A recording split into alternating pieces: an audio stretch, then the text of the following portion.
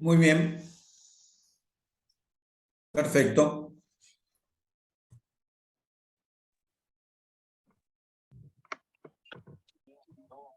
Muy bien.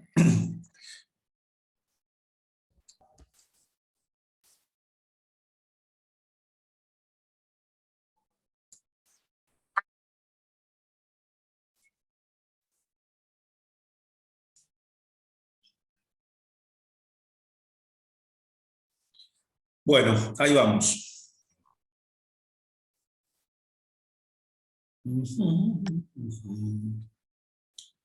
Bien.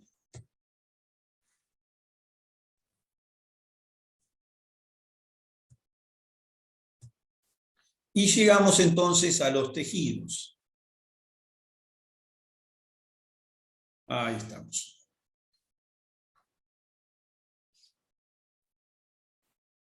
¿Se entendió lo del dióxido, el pasaje a través de la sangre? Es decir, en la sangre el dióxido se maneja principalmente en forma de bicarbonato.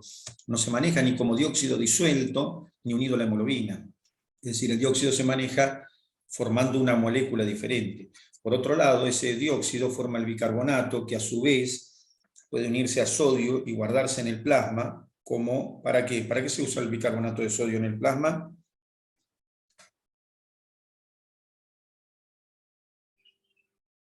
Cri, cri, cri. ¿Hay gente viva del otro lado? Sí, pero ni idea. Nosotros no ¿No era vimos para los radicales libres? parecido, no era para los radicales libres, era Para unir oxígeno y que no ande sueldo. para unir protones y que no anden sueltos. Era un buffer, el bicarbonato de sodio. El otro día no hablamos de ácido base. La última charla hablamos de equilibrio ácido-base y mencionamos cuáles eran los buffers del organismo. Ya habíamos dicho el bicarbonato de sodio, habíamos dicho el fosfato de sodio, las proteínas, la hemoglobina. ¿No vimos eso? Sí, no me acordaba. Sí, Bien. sí, lo vimos. No, porque por ahí estoy equivocado en lo que vimos, pero no, sí vimos eso. Bueno, ese bicarbonato, acá lo tienen, se lo presento, Juan Carlos bicarbonato, es esto que está acá. El bicarbonato de sodio se forma con esto. O sea que este bicarbonato va a servir también como buffer. No solamente voy a poder eliminarlo por orina, sino que además me va a servir de buffer, uniéndolo a sodio, para poder neutralizar protones. Porque este intercambio de protón por este protón sueltito se puede unir al bicarbonato. El bicarbonato, si acá tenía sodio, lo libera, agarra el protoncito, se transforma en ácido carbónico y se transforma en agua y dióxido, y esto se elimina por respiración. O sea que esta era una manera de eliminar protones. Bueno, pero acá no estamos hablando de eliminar los protones, sino de eliminar el dióxido. Esto es lo común. El común, nuestras células fabrican dióxido, el dióxido se une al agua, forma ácido carbónico, el ácido carbónico se transforma en bicarbonato, y el bicarbonato lo podemos eliminar por la orina. Así es como respiramos. Así que respiramos con pulmones y con riñones. Bien, nos volvemos ahora, pero ahora le prestamos atención un ratito al otro lado, al de los tejidos. Nos vamos a los tejidos. En los tejidos, entonces, el oxígeno está utilizándose, por eso hay 40 de presión parcial de oxígeno, que va a ser el parámetro para equiparar con las venas, es decir, con la sangre arterial que se va transformando en venosa, y a su vez se va fabricando el dióxido, y por eso el dióxido se va equiparando con las venas que traen, con las arterias, perdón, que traían 40, y cuando pasa a las venas llevan 46, es decir, se llevan más dióxido del que traían. Y el oxígeno venía con 105 y se va con 40, o sea que deja el dióxido en el tejido. Perfecto, entonces ahí tengo el intercambio final para que el oxígeno sea utilizado. La pregunta es, ¿cómo se utiliza el oxígeno en la célula? Bueno, la célula puede utilizar el oxígeno para distintas reacciones, pero la más común es la respiración celular, que consiste en combinarlo con hidrógeno para formar agua. O sea que en última instancia, el oxígeno que respiramos sirve para formar agua. Y esa agua es eliminada principalmente por la orina. Esa es agua metabólica que fabricamos todos los días, que habíamos contado que se fabricaban unos 200 mililitros de agua metabólica. Bien, entonces hemos visto cómo el oxígeno y el dióxido pasan a través de la sangre, cómo se produce el intercambio y todo. Pero nos quedaría ver cómo regulamos la ventilación. Es decir, cómo regulamos estos procesos. Bueno, que haya mayor o menor cantidad de gases en la sangre va a depender. Vamos a analizarlo. ¿De qué dependerá la cantidad de dióxido y de oxígeno que haya en la sangre? Vamos a analizarlo. Vamos a hacer como una especie de cosas, factores o circunstancias o cosas que tengan que ver con las cantidades de oxígeno y dióxido en la sangre. Vamos con el dióxido. Vamos con el dióxido. Me paro en la sangre y hay dióxido. Y entonces, ¿por qué hay dióxido en la sangre? ¿De dónde sale ese dióxido? ¿De qué depende la cantidad de dióxido que haya?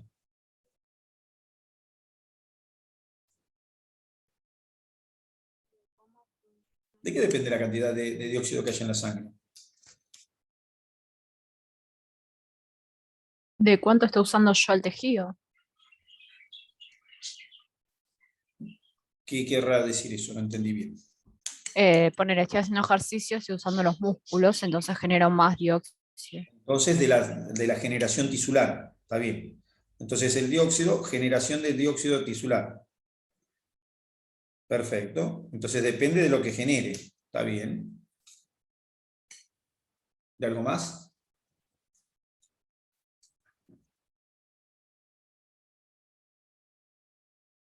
De lo que excreto, tipo por orina o por respiración. De lo que elimine por la respiración, por supuesto. Es decir, de la ventilación dependerá. Entonces, depende de la generación, dependerá de la ventilación. ¿De algo más?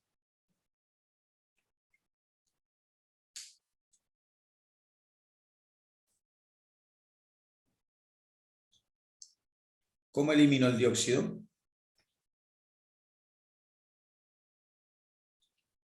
Por orina.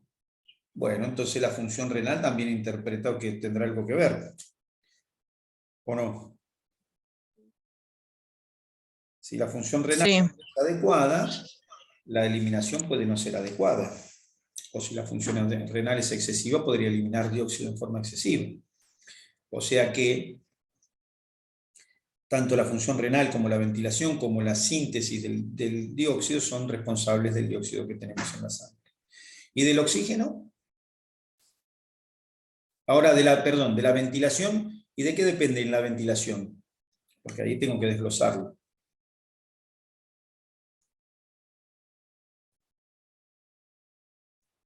¿Cómo de qué depende la ventilación? Sí, porque la ventilación, porque yo puedo ventilar normalmente, y si hay mucho dióxido en el ambiente, por ahí no lo puedo eliminar. ¿Se entiende lo que digo? Sí. Pero eso no depende de mi ventilación, yo puedo ventilar igual, y entonces la concentración de gas del medio, ¿está bien? Por otro lado, yo puedo ventilar normal, pero mi membrana alveolo-capilar no está normal. Entonces depende del intercambio, de la hematosis. No depende solamente de cómo ventilo, sino de la hematosis y de cómo está el medio ambiente, el gas del medio ambiente. El gas en el medio ambiente. Y con el oxígeno, estoy en la sangre. ¿De qué dependerá la cantidad de oxígeno que hay en esa sangre?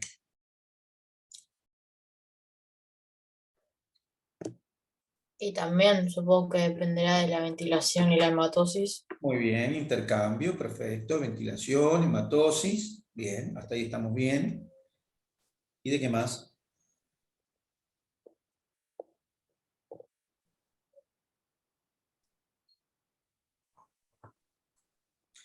Hay un cuadro que todo el mundo conoce, todos conocen. Si yo digo la palabra que voy a decir ahora, van a decir, ah, mira vos, qué interesante. Mira qué palabra rara. Una palabra que empieza con A y termina con nemia.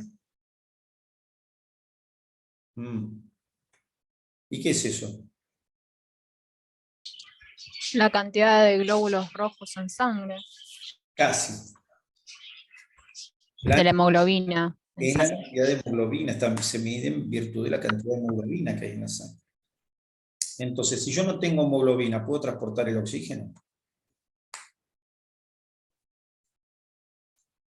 ¿Qué opinan? ¿Me falta No. hemoglobina? ¿Puedo transportar oxígeno sin hemoglobina? No. No, no puedo transportar oxígeno sin hemoglobina. No puedo transportar oxígeno sin hemoglobina. Por lo tanto, la cantidad de oxígeno que haya en sangre es directamente proporcional a las concentraciones de hemoglobina que haya. Ese es el problema de la anemia. El problema de la anemia, ¿cuál es? Que no se puede transportar oxígeno en la sangre. Y si no se transporta oxígeno en la sangre, ¿qué pasa?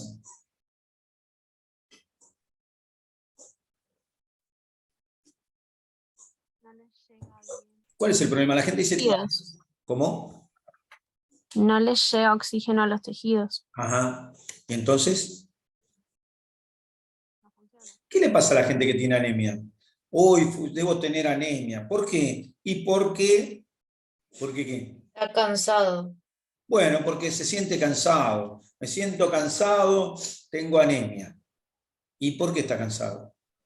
Y porque no se pueden hacer las reacciones metabólicas que requieren de energía para producir, que requieren de oxígeno para producir energía. No se puede hacer energía porque no tengo el último aceptor de la cadena de electrones, entonces no puedo hacer la cadena respiratoria. Si no puedo hacer cadena respiratoria, no puedo hacer fosforilación oxidativa. Si no hago fosforilación oxidativa, no tengo ATP. Si no tengo ATP, no tengo energía. ¿Está bien? O sea que la falta de oxígeno se traduce en falta de energía. Entonces, fulanito tiene anemia. Mirá, está caído por el piso la lengua de trapo. Claro, lógico. ¿Por qué? Porque no tiene energía, porque no tiene una buena cadena respiratoria. ¿Por qué? Porque no tiene oxígeno. ¿Por qué? Porque no tiene hemoglobina. ¿Por qué? No lo sé, se llama definición de anemia. El por qué Pero dependerá. no ¿Sí? tiene, o sea, no tiene hemoglobina porque le falta el hierro para formar el grupo hemo, o también es un problema en las globinas. Repetime que no entendí la pregunta. A ver. Claro, porque anemia no es tipo falta de hierro, entonces, o sea, no tiene para formar el grupo hemo, pero tiene, las globinas sí las tiene.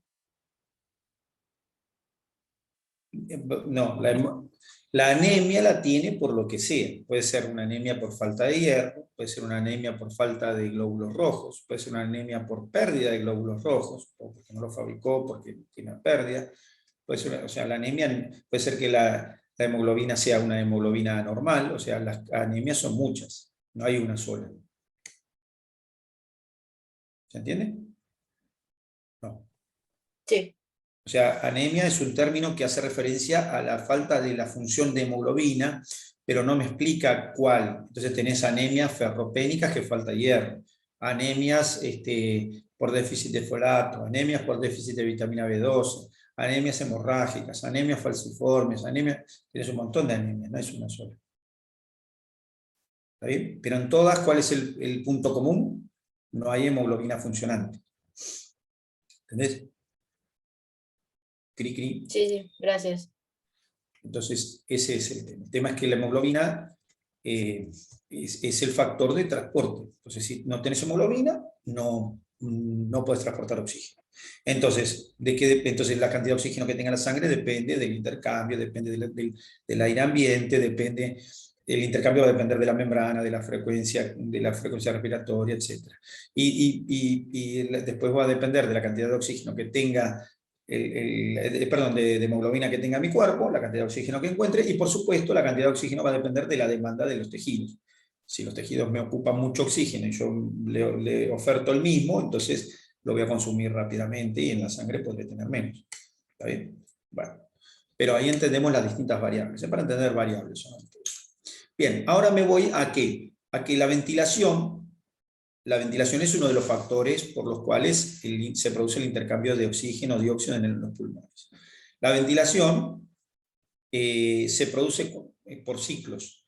¿Cuántos ciclos ventilatorios tenemos por minuto, hacemos por minuto, en un adulto normal? ¿Cuántos son los ciclos ventilatorios? ¿Cuántas veces inspiran y expiran por minuto?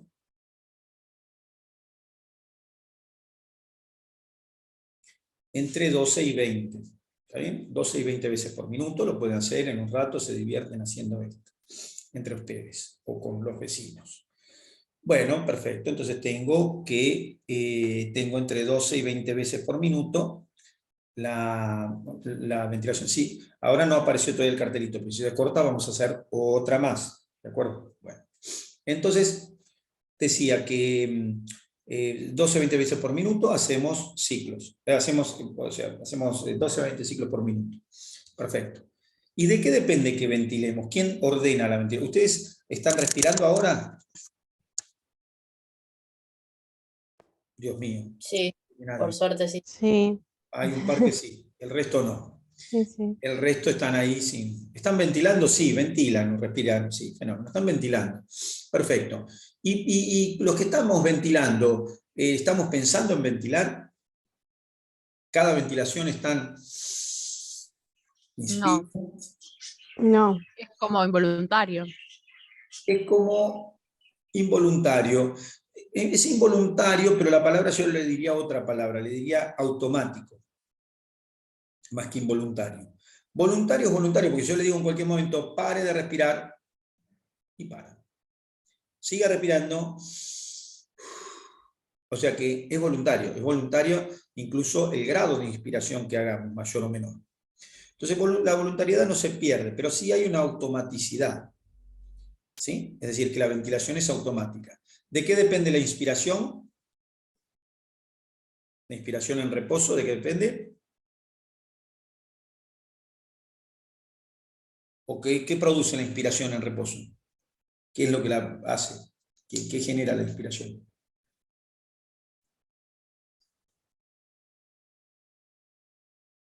El cerebro. Bueno, pero vamos a poner el cerebro, pero me refiero a qué cosa genera la inspiración. ¿Por qué inspiramos? ¿Qué hace que inspiremos? El cerebro le da la orden ¿a quién? Vamos a poner el cerebro. No es el cerebro, pero pongámosle. ¿A quién le da la orden? Ingresaba al aire. ¿Cómo? Habíamos visto que cambiaban las presiones, expandía el tórax e ingresaba al aire. ¿Qué expande el tórax? ¿Qué cosa? No se escuchó. ¿Y qué es lo que expande el tórax? ¿Por qué se expande el tórax? Por los músculos, ¿Cuáles músculos? los que abrían las costillas y el diafragma. Diafragma, intercostales externos y medios. Bien. Y estos músculos se contraen por orden de alguien, claro. ¿Y quién es ese alguien?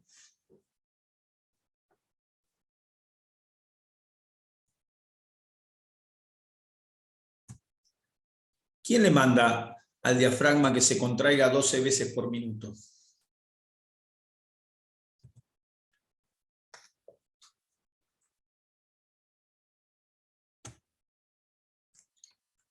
Lo tienen escrito ahí.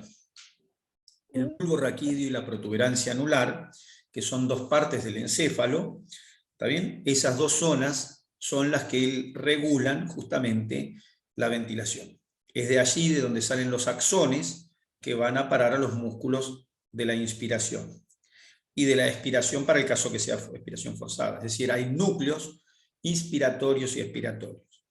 ¿Está bien? El núcleo inspiratorio, los núcleos inspiratorios en la respiración normal, esos núcleos son conjuntos de cuerpos neuronales cuyos axones llegan al músculo diafragma y a los músculos intercostales. Y 12 a 20 veces por minuto descargan para que los músculos se contraigan y generen un aumento de volumen en el tórax. Entonces, los núcleos, ¿está bien?, inspiratorios y expiratorios del área vulvar autorrítmica, que suena justamente a lo que sucede, es autorrítmica, esa es automática, descargan 12 a 20 veces por minuto. Y esas 12 a 20 veces por minuto representan las 12 a 20 inspiraciones que hacemos por minuto. Cuando los centros cortan, entonces los músculos se aflojan y el tórax se retrae por la elasticidad pulmonar y vuelve todo a su sitio. Durante la inspiración, cuando la inspiración tiene que aumentar su velocidad, entonces los músculos inspiratorios se contraen más veces por minuto. ¿Por qué? Porque el centro autorrítmico se lo ordena más veces. Y cuando necesitamos expirar de forma forzada, ya sea porque estamos corriendo, porque lo que sea, porque aumenta nuestra frecuencia ventilatoria, por lo que sea, entonces los núcleos expiratorios le dicen a los músculos de la expiración forzada que se contraigan, y entonces lo hacen en los tiempos que sean necesarios. A su vez, sí, Dijo que el núcleo inspiratorio era el bulbo raquídeo. claro, el bulbo, ves que dice área vulvar autorrítmica. Se ve eso, ¿no? Sí, yo lo estoy viendo. Ah, sí. Bueno, que tiene los núcleos inspiratorios y expiratorios. También en la protuberancia hay dos áreas, la neumotáctica y la apnéustica, que regulan a estos núcleos vulvares. ¿Qué es eso, profe? Son dos áreas, dos lugares donde hay... No, protuberancia. ¿Cómo? Protuberanciales. Las áreas. Significa que está en la protuberancia anular o puente, que también es una parte del encéfalo. El encéfalo es lo que está dentro de la cabeza. Dentro de la cabeza tenemos el cerebro, el cerebelo, el tronco encefálico. El tronco encefálico está formado por el bulbo, la protuberancia o puente y el mesencéfalo. Bien, ahí están el bulbo y la protuberancia, son los lugares donde se encuentran las neuronas que comandan la frecuencia de la ventilación. ¿Está bien? A su vez, estos núcleos, estos conjuntos de cuerpos no son ajenos a la vida, sino que están regulados por cosas que están en el resto del organismo. Es decir, el organismo le dice a estos núcleos, a estos conjuntos de cuerpos neuronales, les dice a estos núcleos, che, hay que hacer esto, che, hay que hacer aquello. ¿Está bien? Bien. ¿Cómo se lo dicen? ¿Cómo el cuerpo le dice a estos lugares? Bueno, ahí tenemos. El pulmón, los pulmones tienen reflejos de estiramiento, receptores de estiramiento. Esos receptores de estiramiento generan lo que se llama el reflejo de Hering y Breuer, y ese reflejo, ¿qué le dice? Le está diciendo a estos centros cómo está de distendido el pulmón.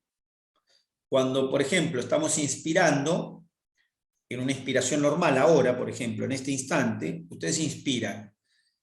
Ahora mi pregunta es, en la inspiración que hacen ahora, ya, en esta, que están haciendo ahora, en esa inspiración, ¿quién ordena que dejen de inspirar? ¿Por qué dejaron de inspirar? ¿Alguien les dijo que dejen de inspirar? Murieron todos. ¿Alguien les dijo dejen de inspirar en esta inspiración? Inspiran normalmente. Yo inspiro, expiro, inspiro, expiro, inspiro, expiro. ¿Alguien me dice deja de inspirar? No. ¿Y qué es lo que dice deja de inspirar? Mis pulmones, los receptores de estiramiento, dicen inspiro. El receptor de estiramiento dice che, le dice al bulbo, le dice che, ya está. Entonces el bulbo corta. Dejan de contraerse el diafragma, se relaja, se vuelven de nuevo las fibras a donde estaban y los receptores a donde estaban. Inspiro de nuevo. Se estiran los receptores, le dicen, che, corta, deja de contraerse el diafragma y los intercostales, de nuevo al lugar donde estaba. Ahora de nuevo, inspiro, ¿se entiende? O sea que hay un reflejo permanente que le está diciendo al bulbo y a la protuberancia cómo está el pulmón de distendido. Si no hubieran estos receptores de tensión, entonces yo inspiraría de forma indefinida. ¿Por qué? Porque el bulbo y la protuberancia nunca se enterarían que tienen que cortar la inspiración. Esa es la inspiración, esos son receptores de distensión. ¿Son los únicos estímulos que recibe el bulbo? No, no, no. También recibe estímulos a través de receptores químicos. Receptores que están en las carótidas, en los arcos aórticos, en la aorta. ¿Hay receptores de qué? Principalmente de dióxido. Son receptores químicos que sensan la cantidad de dióxido que hay en la sangre. Yo les pregunto, si el receptor químico capta que hay mucho dióxido, ¿qué suponen que va a pasar?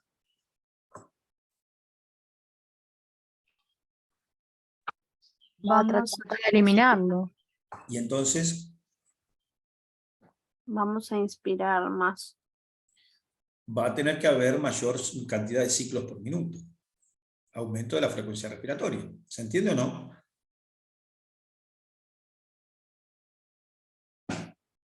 ¿Se entiende ese concepto?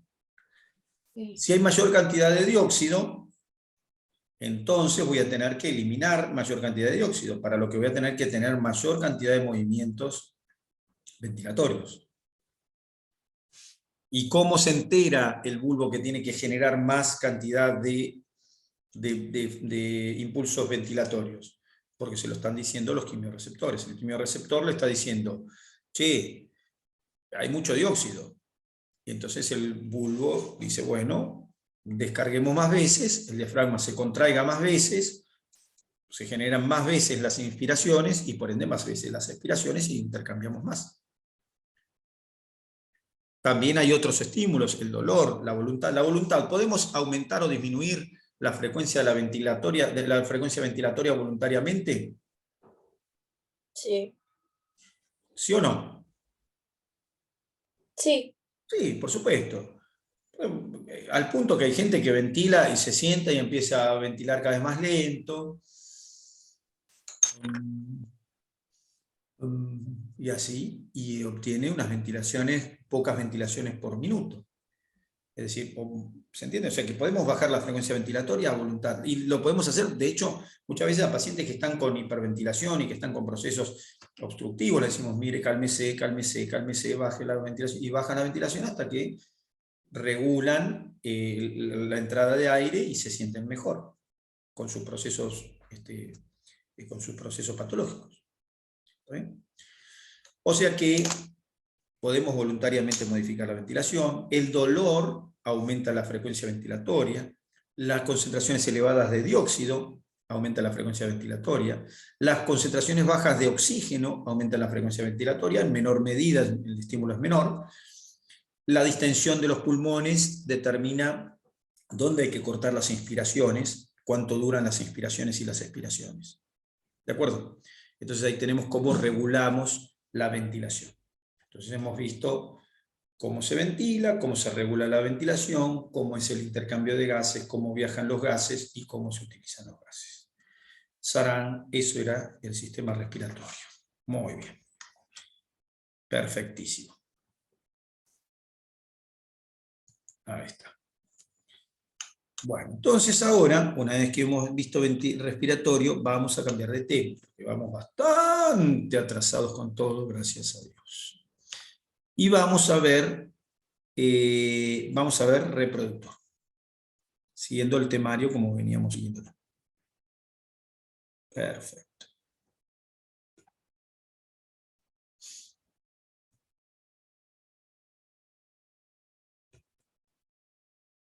Entonces, vamos a dejar de compartir y ahora vamos a compartir. Y vamos con este.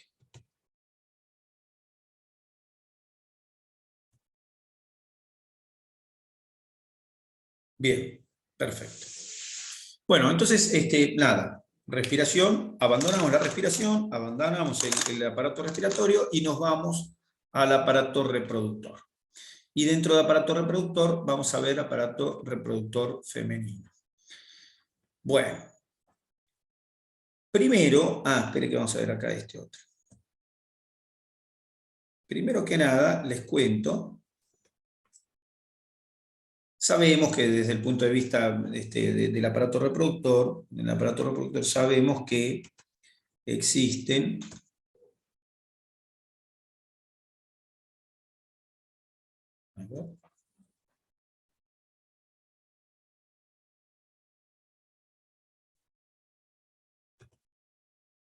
ahí va. Desde el punto de vista del aparato reproductor sabemos que somos individuos sexuados y que existen dos sexos, ¿no? Sexo masculino, sexo femenino.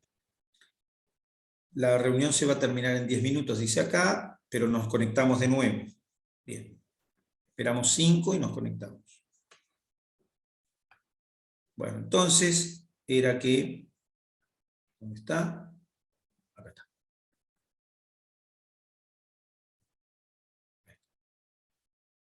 Inicialmente, los dos sexos son iguales. Es decir, el sexo femenino y el masculino son exactamente iguales. Es decir, cuando tenemos una sola célula, las dos células no están diferenciadas a sexo masculino o femenino. Sin embargo, como decíamos al principio el otro día, ya en la primera célula ya hay una diferenciación, no orgánica, pero sí hay una diferenciación en la célula. Fíjense cómo, lo que veíamos el otro día, ya si tengo un huevo cigoto que tiene un huevo, ¿cuántas células son un huevo?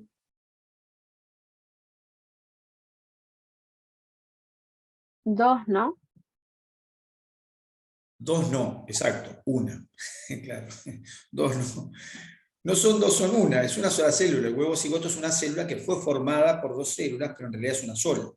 ¿Está bien? Cuando las dos células que le dan origen se transforman en una, es ahí donde llamamos huevo cigoto. Si no, no le llamamos huevo cigoto, no es nada. No es nada en el sentido que no se formó el huevo cigoto. Fueron dos células que no tuvieron viabilidad y se murieron.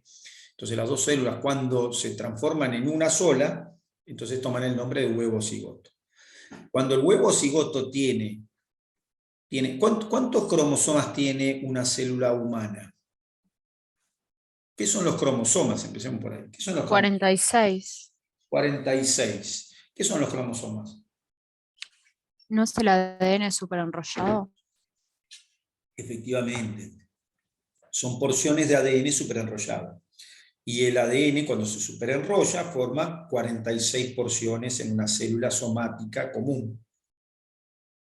Son 46 cromosomas divididos en 22 pares. Son pares porque son iguales, se los denomina los cromosomas con un número. Entonces tenemos 22 cromosomas del 1 al 22, que se repiten. Tenemos 2 unos, 2 2, 2 3, 2 4, 2 5 y así hasta el 22. Entonces, como tenemos los tenemos de a pares, decimos que son 22 pares. Y ahí suman 44. Pero después tenemos otros dos cromosomas que no son pares.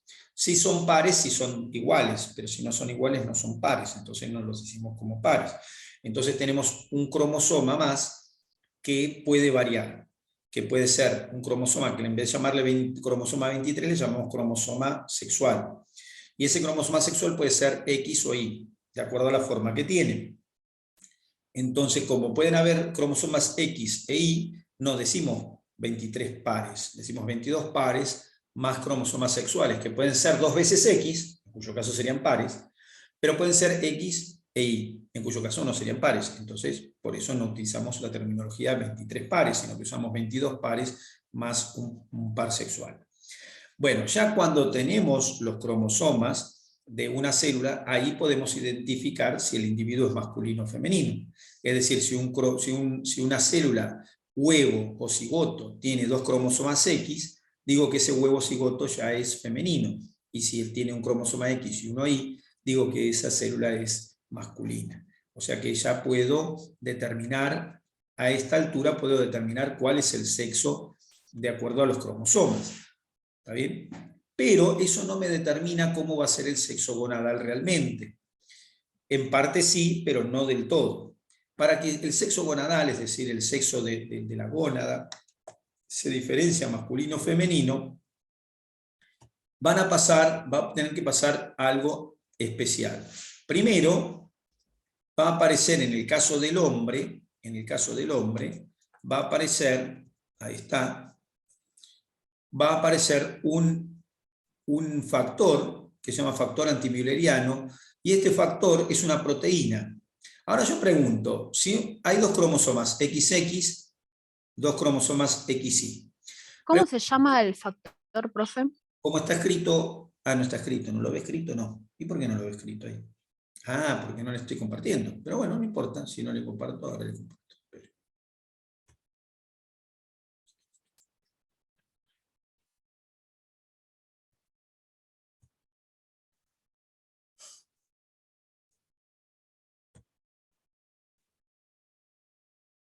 Ahí está. Ahí está. Ahí lo tiene escrito, ¿ven? Antimülleriano. Casualmente, ahí está, pregúntele a su compañero, ahí está el compañero Müller. ¿Anda por ahí? No está. Sí que está acá. Ah, acá está, ahí lo buscaba, pero no lo encontré. Bueno, ahí está, ¿ve? Hay un factor anti usted. ¿Ve? El factor Perfecto. antimülleriano. El factor antimülleriano es un factor que fabrica ¿quién? Lo fabrica el gameto masculino, el huevo masculino. El huevo masculino fabrica factor antimülleriano. La pregunta mía es la siguiente.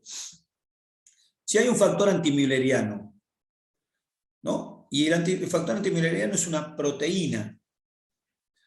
Pregunto, si es una proteína, se fabricó utilizando ADN. ¿Hasta ahí se entiende lo que digo? ¿Se entiende o no? Sí. Algunas sí, una sí. El resto, entienden que si es un factor proteico, tuvo que haber un ADN para poder fabricar este factor. Bueno, ahora la pregunta es, el ADN para fabricar el factor antimülleriano, el ADN, ¿en qué cromosoma estará? En el I. En el I. Indudablemente tiene que estar en el I. ¿Por qué tiene que estar en el I? Porque es lo que determina que va a ser esta célula va a ser masculina. Y que ya acá es masculina, acá ya no es solamente una célula, acá hay más de una célula. Cuando se fabrica el factor antimülleriano hay varias células, ya hay muchas células. Pero el factor antimülleriano se fabrica porque hay una parte del cromosoma Y que lo codifica. Entonces se fabrica factor antimülleriano. ¿Y qué hace el factor antimülleriano? El factor antimülleriano inhibe la formación de estructuras sexuales femeninas. ¿Qué quiere decir esto? Quiere decir que hombres y mujeres somos iguales hasta que aparezca esto o no. O sea que todos fuimos mujer. ¿Se entiende? Yo puedo decir que fui mujer. ¿Por qué fui mujer? Porque si no hubiera aparecido el factor antimülleriano, mis órganos sexuales se hubieran desarrollado como mujer. Pero como apareció el factor antimülleriano, porque tengo el cromosoma Y, entonces no se desarrollaron mis órganos sexuales femeninos. Pero si hasta el momento en que apareció el factor antimülleriano, por defecto no por defectuoso, sino se dice por defecto en el sentido que lo que sigue su curso. Por defecto somos todos mujeres. ¿Se entiende? Entonces es lo mismo decir que el factor antimülleriano es lo que determina la sexualidad que decir que el cromosoma Y es lo que la determina. Claro, el cromosoma Y determina la sexualidad de órganos gónada. genitales. Primero aclaro, determina sexualidad de órganos genitales. Pero por supuesto la determina porque apareció ese factor antimülleriano que se codificó gracias a que un individuo tenía el cromosoma Y. Si el individuo no tenía el cromosoma Y, no podía fabricar factor antimülleriano. Por lo tanto, no podía dejar de fabricar sus órganos sexuales femeninos. ¿Se entiende? O sea, en tu caso no tenías factor antimülleriano. Entonces tus órganos sexuales se desarrollaron como femeninos.